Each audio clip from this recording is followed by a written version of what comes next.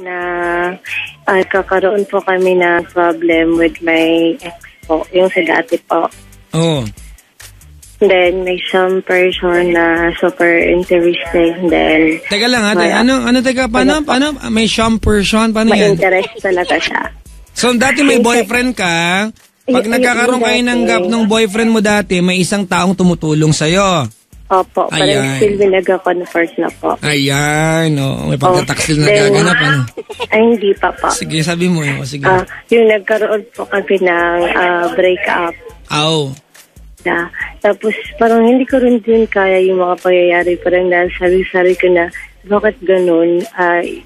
Alam ko naman na may mistake din ako, may pagkukulang. Yung din. boyfriend mo dati, Chacha, yung dating boyfriend mo na yan, yung sabi mo pag nagkakaroon kayo ng gap, may isang taong tumutulong sa'yo. Yung ex mo na yan.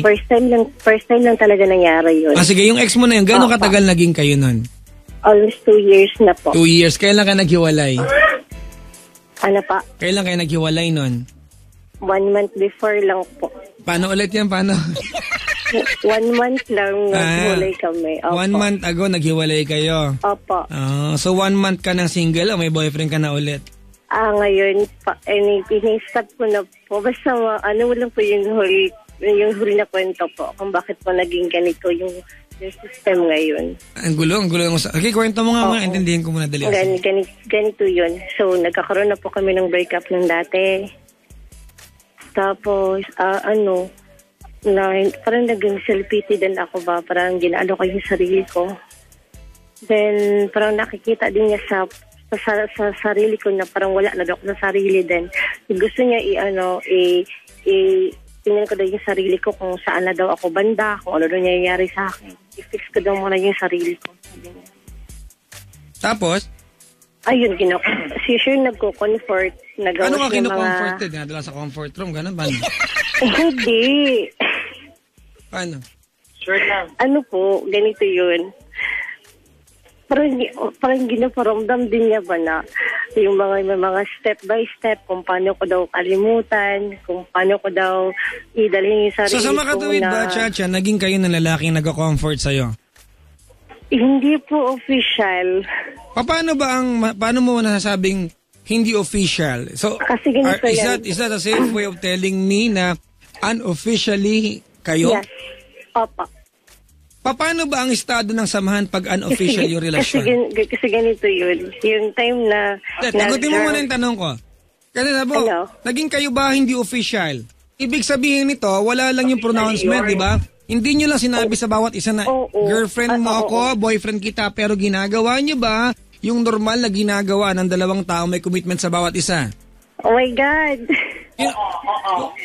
Oo. So, okay, sige. Pwede bang isa-isahin natin, i-elaborate natin ha? Ano ba ang mga bagay na normal na ginagawa ng taong dalawang nilalang na may commitment sa bawat isa? Nag-holding hands kayo? Hindi. Yung time po na nasa boarding house po ako, then pinuntahan po niya ako dito. Oo.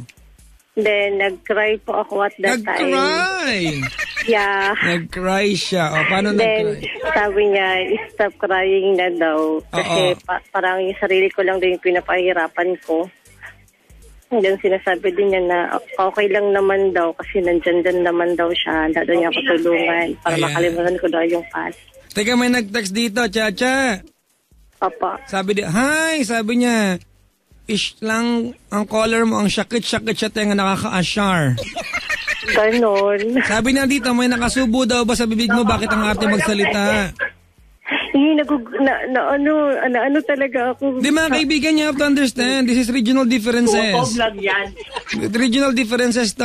Ganyan talaga magsalita pa nag-Tagalog siya. Anong gagawin natin, di ba? Hindi siya umaarte, normal yan sa punto niya. Sige, tuloy mo.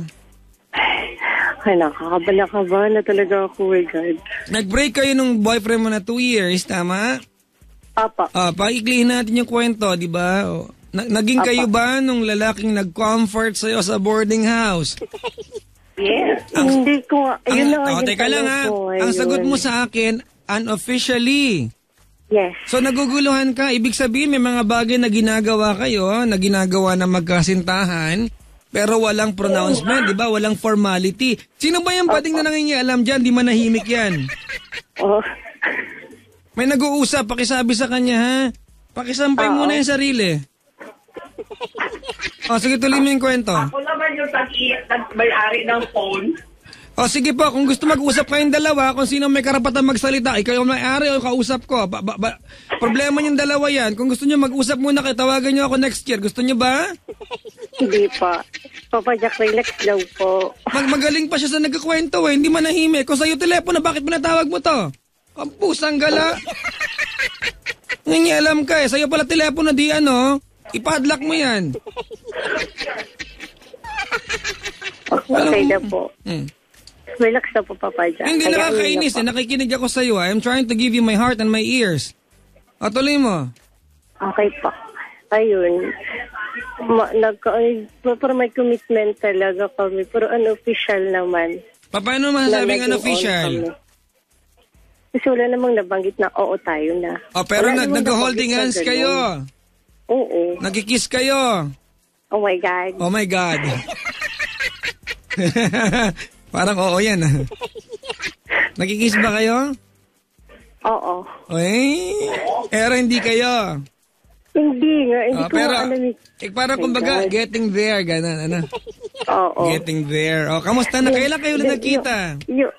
Ikaw, nasa work lang po. Katrabaho mo siya. Everyday po kami magkita. Ang galing, pwede palang makis ang katrabaho. Mamay, mahalik ka nga si Ceylon Ching, ha? Pero yung pinakamasakit lang po sa part, Papa Jack. Kasi alam ko naman po na may karelasyon po siya. Kaya pala hindi kayo. Yeah, ayun na nga.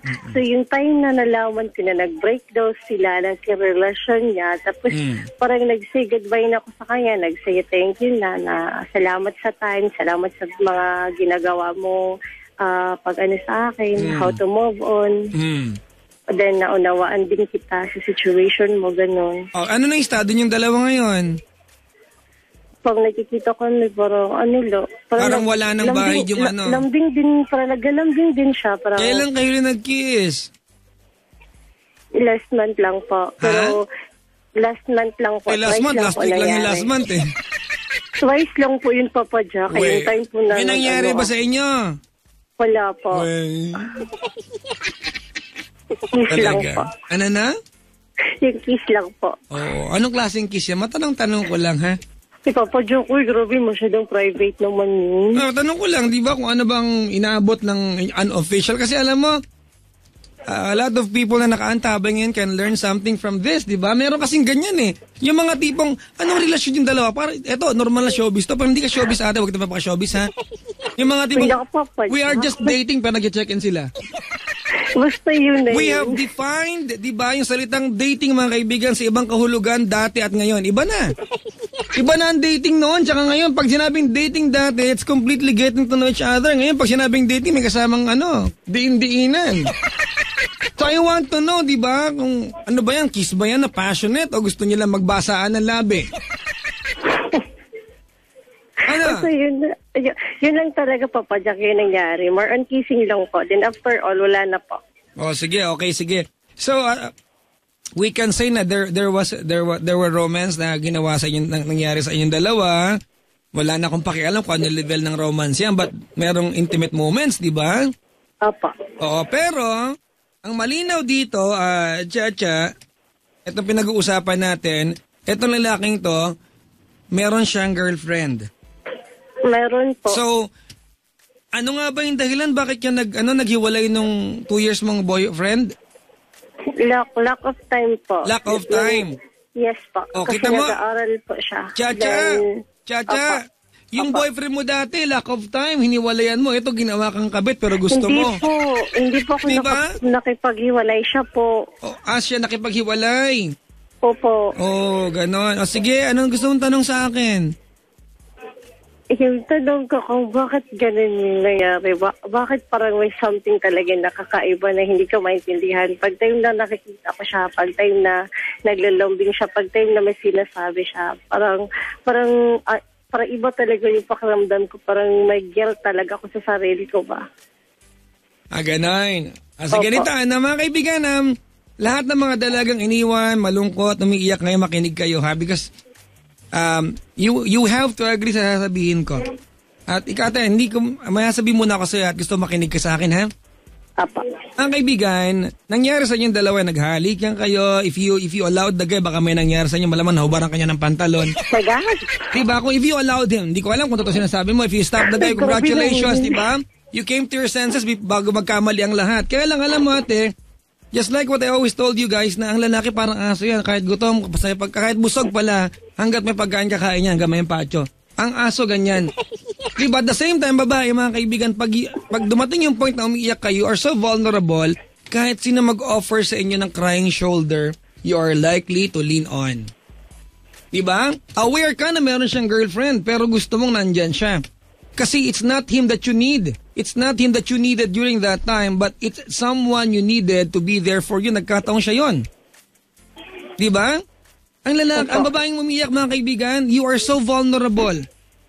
Diba? Minsan, sorry po ha, huwag kayong magagalit sa akin, diba? Uy, paano niya napasagot yung pangit na lalaking yan? Makakarinig ka ng ganyan kasi nakilala niyo yung girl na yon nung panahong malungkot yung girl. Eto yung lalaki nagtyaga, nag-pursue, diba? Sinagot, buti pa to kahit na ganito yung tsura. Hindi kagaya ng mga si Raul ang gwapo, nagwapo nga, manloloko naman, dito na ako. You see?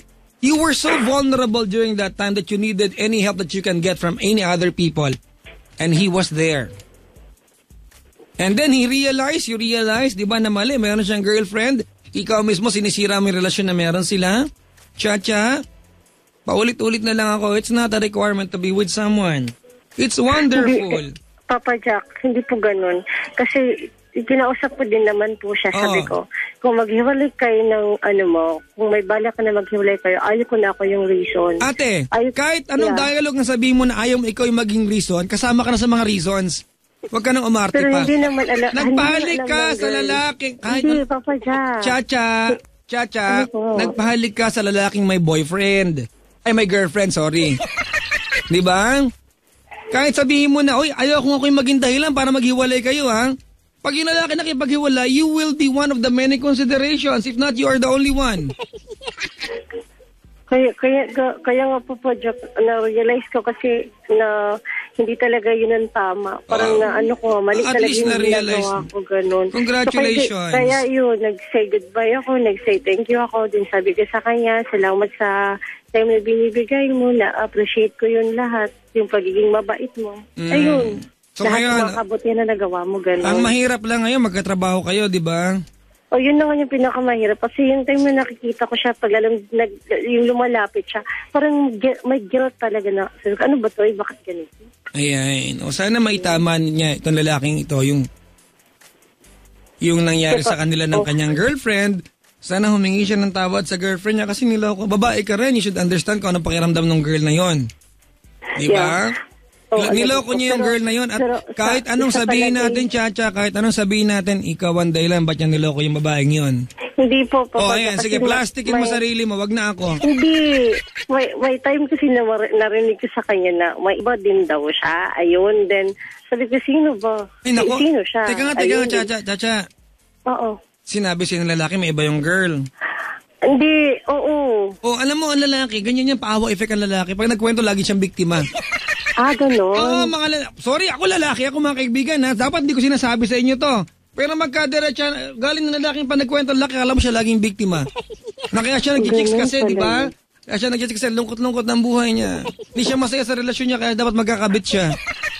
O galing lalaki yan, oo. Kayo mga babae, wag niyong i-tolerate yung mga hinayupak na yan. Mga pusang galang totoo. Chacha, lalaki ako. Dapat di ko sinasabi sa inyo to kasi parang dinadamay ko sarili ko pero wag magplastikan. Pag ang lalaki ng mga babae magkukwento sa babae niya na ang lungkot ng buhay ko, lagi mag-away, di na mas nagkasama kami sa bata, di ba? Pagka maniwala dyan, ate.